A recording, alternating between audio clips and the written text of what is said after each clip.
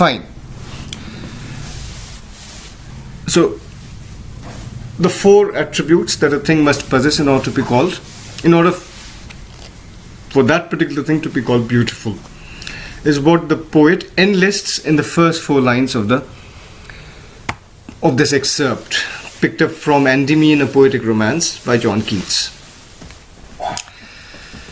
Now, the last attribute that a thing must help, must add to human well-being, is what the poet exemplifies.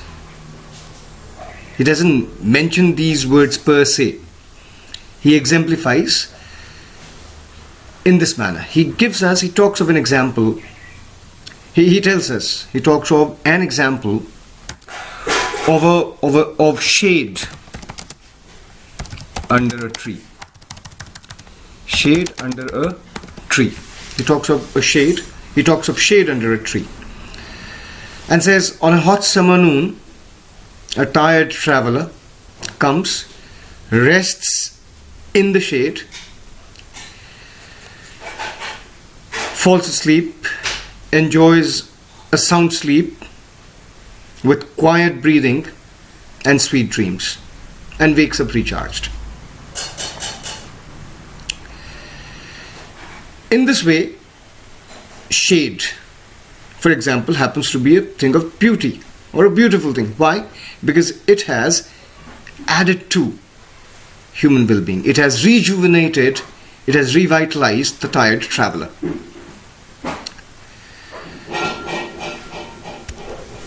He next proceeds on to tell us that every morning we are celebrating beauty. Every morning we are celebrating beauty. Every morning. Every morning. Every morning we are celebrating beauty. Every morning we are celebrating beauty. How? We wake up,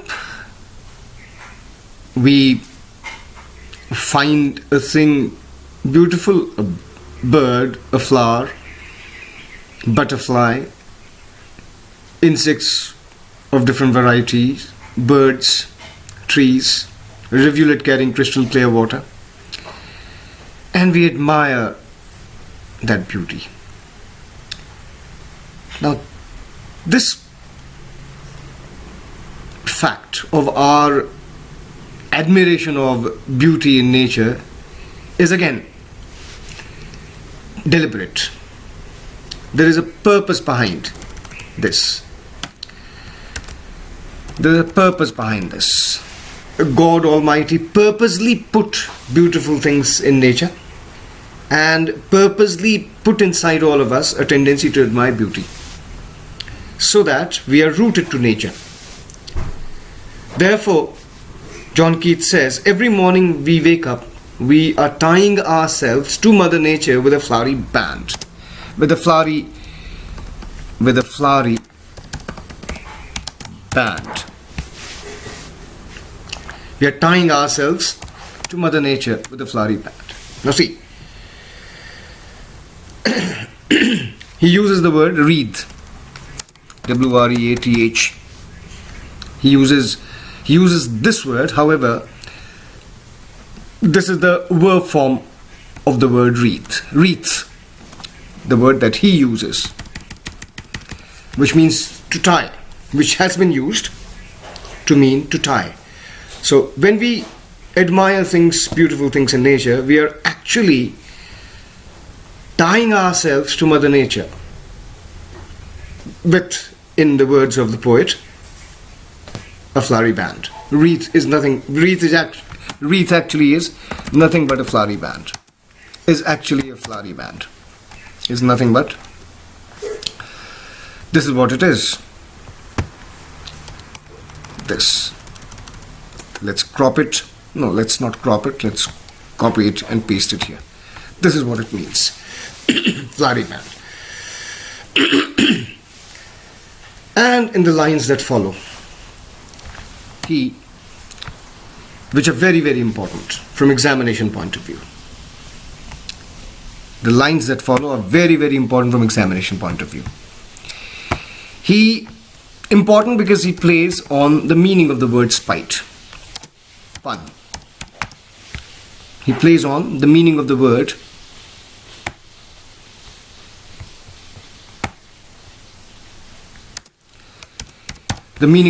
spite.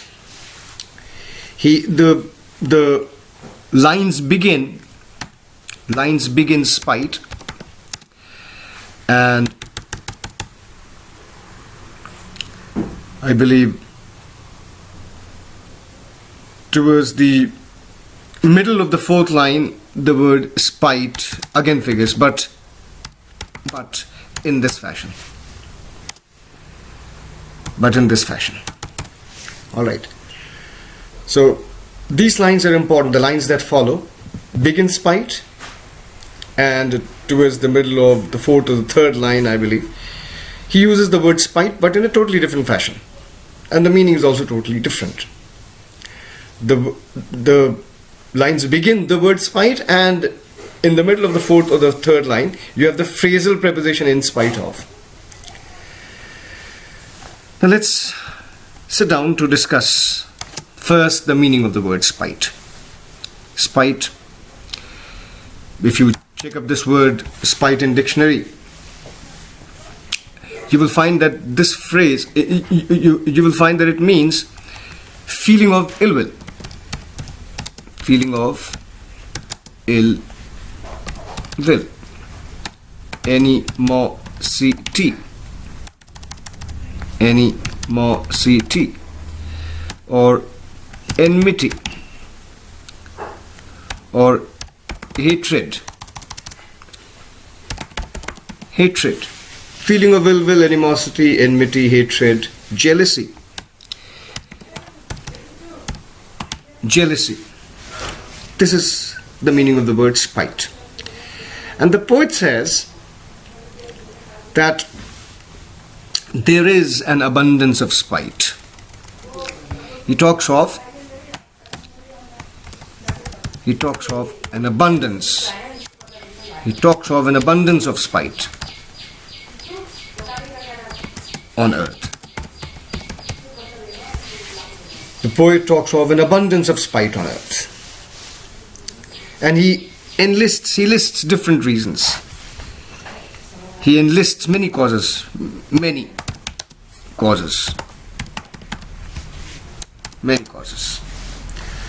First, let's once again.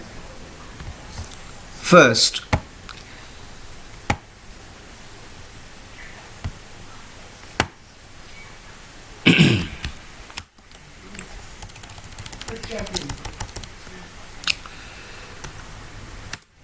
first cause.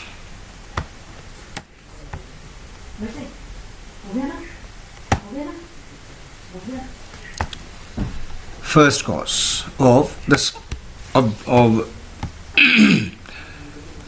abundance of spite on earth is despondence. The poet uses the word despondence, but there is no word as despondence. Actually, the word is